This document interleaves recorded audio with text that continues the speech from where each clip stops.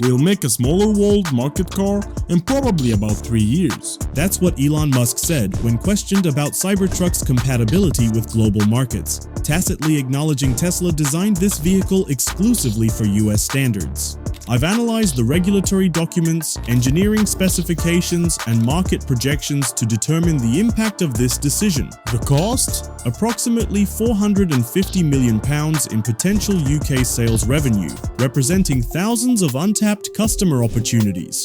Today I'm breaking down 5 specific design elements that make the Cybertruck fundamentally incompatible with UK roads. Like trying to force a square peg into a round hole, these engineering choices simply don't translate across borders.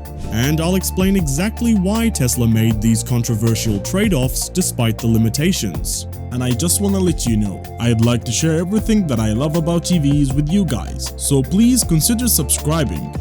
Did you subscribe? Alright, let's go. Did you know a matte black Cybertruck was actually impounded on a UK motorway last month?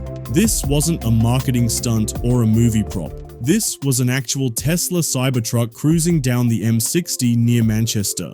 A routine police patrol spotted what must have seemed like an alien spacecraft among the Fords and Vauxhalls of everyday British traffic. Let me paint the picture. Greater Manchester police officers were conducting their normal motorway patrol when they encountered this massive angular beast that looked completely out of place. The vehicle's aggressive stance and sharp-edged design immediately caught their attention. And not in a good way.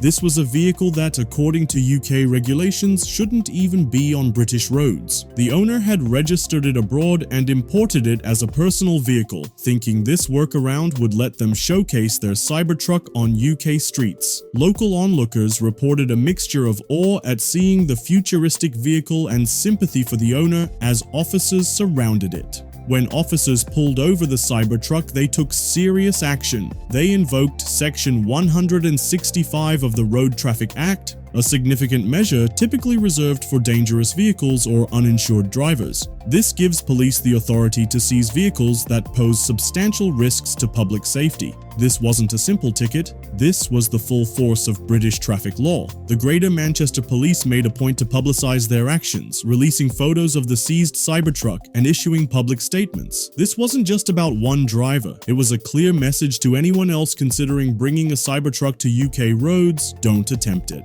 Before seizing the vehicle, the officers consulted with vehicle certification experts. This wasn't some misunderstanding of the rules. The authorities knew exactly what they were dealing with, a vehicle that fundamentally violated multiple UK safety regulations. The UK's Vehicle Certification Agency had determined that the Cybertruck violated 4 fundamental safety requirements that make it impossible to legally register. Without a certificate of conformity, which Tesla can't obtain because of these violations, the vehicle simply cannot be legally driven on UK roads. This Manchester incident highlights something critically important. The Cybertruck wasn't seized because of paperwork technicalities. It was impounded because its very design makes it inherently dangerous by UK safety standards. The vehicle is built to completely different safety philosophies than what European regulations demand. No matter how cleverly you try to import one, the Cybertruck simply doesn't meet the standards required to be road legal in Britain. Those multiple safety violations aren't just paperwork problems, they're engineered into the very DNA of the Cybertruck. When Elon Musk proudly demonstrated the vehicle's unbreakable exoskeleton with a sledgehammer, he was essentially showcasing exactly why this vehicle can never legally operate on UK roads. The celebrated design elements that make the Cybertruck a revolutionary American icon are precisely what render it a regulatory nightmare across the Atlantic. Let's be clear, these aren't minor compliance issues fixable with a few tweaks. The Cybertruck's most distinctive features, its angular exoskeleton, massive weight, electronic steering, and futuristic lighting directly violate core UK vehicle regulations in at least 5 critical ways. First, those iconic sharp edges that define the Cybertruck's aesthetic. UK law requires a minimum of 3.2 millimeters rounding on all external surfaces to reduce pedestrian injury during collisions. In a real-world crash, those razor-sharp panels could cause devastating tissue damage rather than the glancing impact rounded edges provide. Tesla has even patented these sharp edges as integral to the vehicle's structural design, making them impossible to modify without rebuilding the entire vehicle. The second fatal flaw is the Cybertruck's exoskeleton, crafted from 30x cold-rolled stainless steel, approximately 3 times harder than standard automotive steel. This creates an insurmountable physics problem. Instead of crumpling to absorb impact energy like modern vehicles, the rigid Cybertruck transfers that energy directly to whatever it hits. The implications for pedestrians or smaller vehicles in a collision are potentially catastrophic. Moving to the third violation, the sheer mass of this behemoth.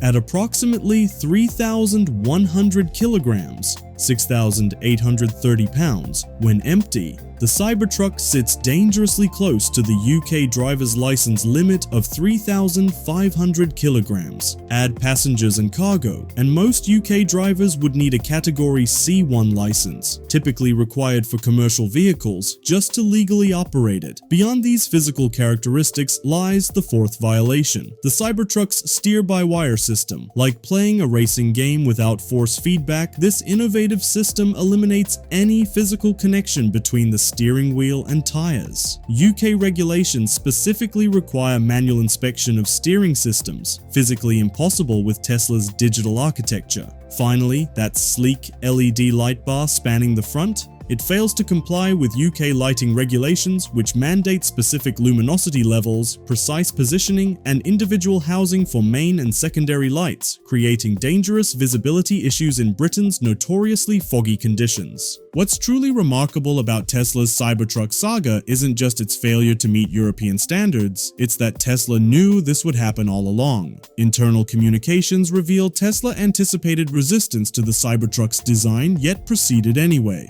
Elon Musk himself acknowledged this reality, stating, "We'll have to make a smaller version for Europe to pass regulations." This wasn't a £450 million oversight. It was a calculated gamble that the Cybertruck's cultural impact in America would generate more value than overseas sales. Tesla chose to create a distinctively American product regardless of international consequences. The Cybertruck represents a regulatory tug-of-war reshaping automotive strategy. Tesla's bold bet on iconic design over global accessibility establishes a new paradigm where cultural impact trumps universal market access, a high-stakes gamble only time will judge. What do you think Tesla should do in order to gain back the UK fans, and do they really care anymore? Tell us in the comments section down below and subscribe to get the latest updates and news about electric vehicles.